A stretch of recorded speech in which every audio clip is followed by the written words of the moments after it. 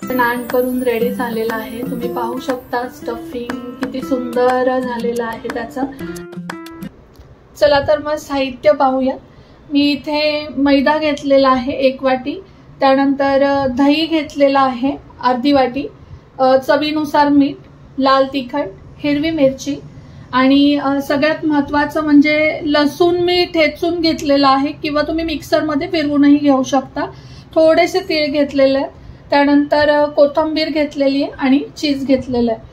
तर साहित्य पाहू शकता, मोजक्या साहित्य आहे जे आपल्याला घरामध्ये अवेलेबल असतं। आपण आता कृतीला सुरुवात करूया। हे पहा, मी इथं एका बाउलमध्ये मैदा काढून घेणार आहे। मी यात चवीप्रमाणे मीठ घालून घेते। मीठ थोडंसंच घालायचं। इथे मी अगदी 1 चिमूट सोडा घालून घेणार आहे। हे बघा, थोडासा 1 चिमूट घालायचा, आपल्याला जास्त घालायचा नाही। आता मी यामध्ये दही घालून घेते।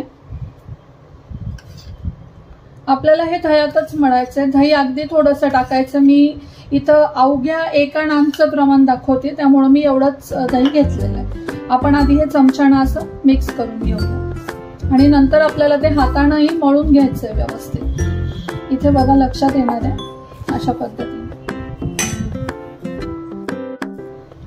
मी इथे सर्व दही मिक्स केलेलं आहे। मी आता हे थोडंसं असं मळून घेते। आपल्याला हातानेच ते मळून घ्यायचंय आणि हे दह्यातच मळायचंय। गार्लिक नान आहे, दह्यात मळलं खूप सुंदर लागतं। याची कन्सिस्टन्सी पाहू शकता। हे अशा पद्धतीनं आपल्याला पूर्ण ते असं मळून घ्यायचंय। पूर्ण याचा एक असा छानसा आपल्याला गोळा करून घ्यायचा आहे।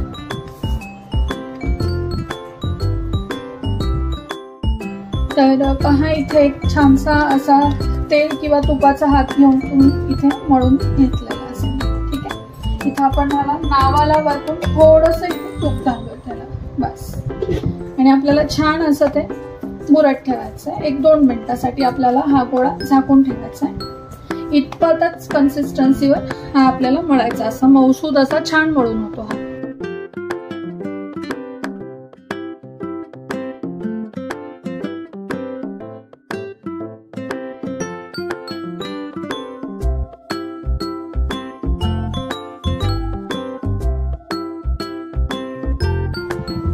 मी इथे पोलपाटाला थोडंसं खाली तूप लावून घेतलंय, जेणेकरून ते चिकटू नये। ठीक आहे, आता आपण यावरती आपल्याला आता काय करायचं आहे, आपण ही जी लसणाची पेस्ट केली होती ती आपल्याला यावरती स्प्रेड करून घ्यायची। तुम्ही लसूण चिरूनही टाकू शकता, पण कसं आहे ना, ठेचलेला लसूण हा व्यवस्थितरित्या पामतो, तो फारसा काही जड जात नाही आपल्याला स्प्रेड करायला।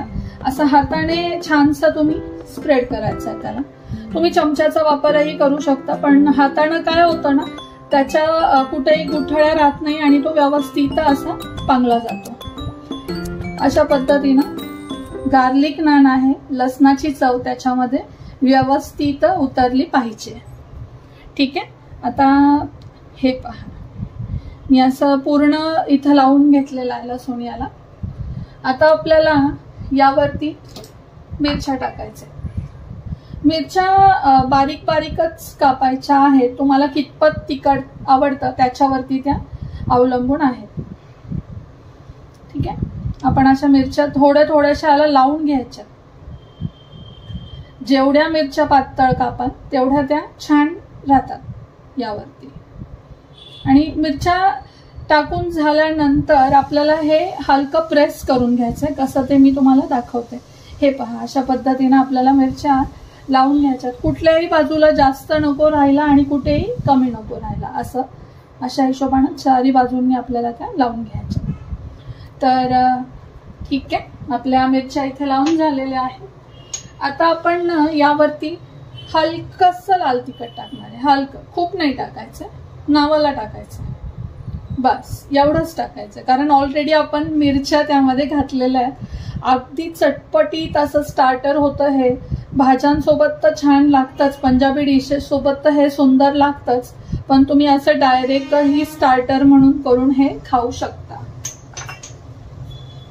आता आपण यावरती कोथिंबीर मी बारीक चिरून घेतली होती, ती कोथिंबीर आपल्याला घालून घ्यायची.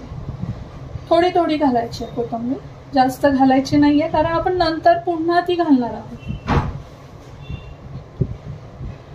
हे पहा, अशी मी यावरती कोथिंबीर स्प्रेड करून घेतलेली आहे. आणि आता आपल्याला पुन्हा एकदा यावरती लाटणं फिरवून घ्यायचंय अशा पद्धतीने. तुम्ही पाहू शकता किती सुंदर दिसतंय ते, हे बघा. आणि आता आपल्याला तव्यावरती हे छानसं भाजून घ्यायचंय. आपल्याला हे तुपावरती किंवा बटरवरती भाजायचं. मी बटरवरती भाजणार आहे, तुम्ही तुपावर किंवा तेलावरही भाजून घेऊ शकता. आणि चीज हे आपल्याला यामध्ये शेवटी घालायचंय. तवा आता इथे आपण तापत ठेवला होता, तो तापलेला आहे. आपल्याला इथे थोडंसं मी इथे याला तूप लावून घेते. तुम्ही तूप किंवा बटर लावू शकता किंवा तेलही लावू शकता, तेलावरही व्यवस्थित होतं. हे पहा, वाफ छानशी यायला लागलेली आहे. आणि आता मी मीडियम फ्लेमवर गॅस केलेला आहे. आपल्याला आता हे अलगर उचलायचंय. हे जे आपण गार्लिक नान केलं होतं ते हे पहा, मी आता हे अलगर उचलतीये आणि यावरती आपल्याला ते टाकायचं या पद्धतीने.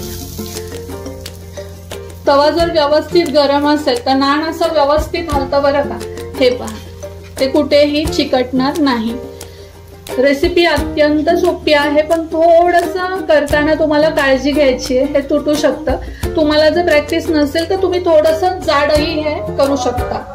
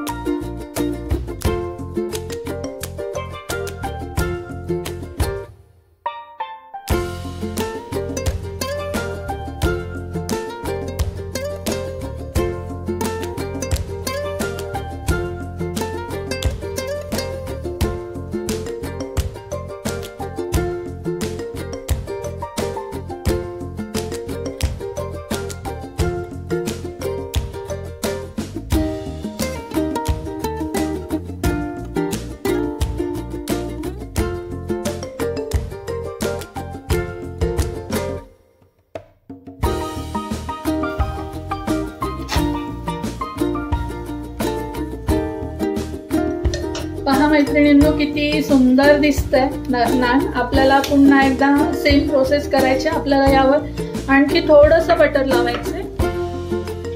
मी ते बटर लावून घेते. हे बघा, बटर चारी बाजूंनी लावायचं, म्हणजे नान हे आतून छान असं होतं, भाजून निघतं ते व्यवस्थित. आणि आपण इथे नान फार जाड ठेवलेलं नाहीये, पातळ केलंय, कारण आपण तव्यावर करतोय. असं मस्त मी यावरती, हे पहा किती सुंदर दिसतंय. बघू शकता तुम्ही रंग, कन्सिस्टन्सी. आणि कुठेही मिरच्या किंवा आपण जे काही त्यामध्ये कोथिंबीर वगैरे घातली आहे त्यांनी मस्त असा इथे क्रंच धरलेला आहे. हे बघा. आता थोडंसं पुन्हा एकदा मी याला पलटून घेणार आहे. भरपूर आपण बटर लावलेला आहे त्याला. आता आपण याला पलटून घ्यायचंय.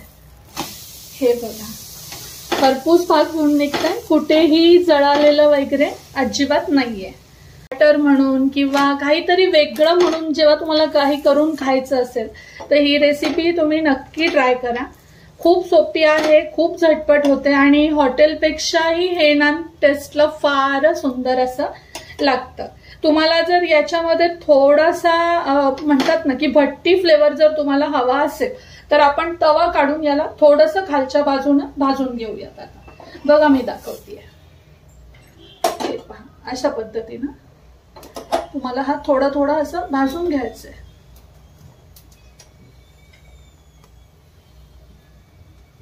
हलक्या हाताने भाजायचंय, जास्ती नाही.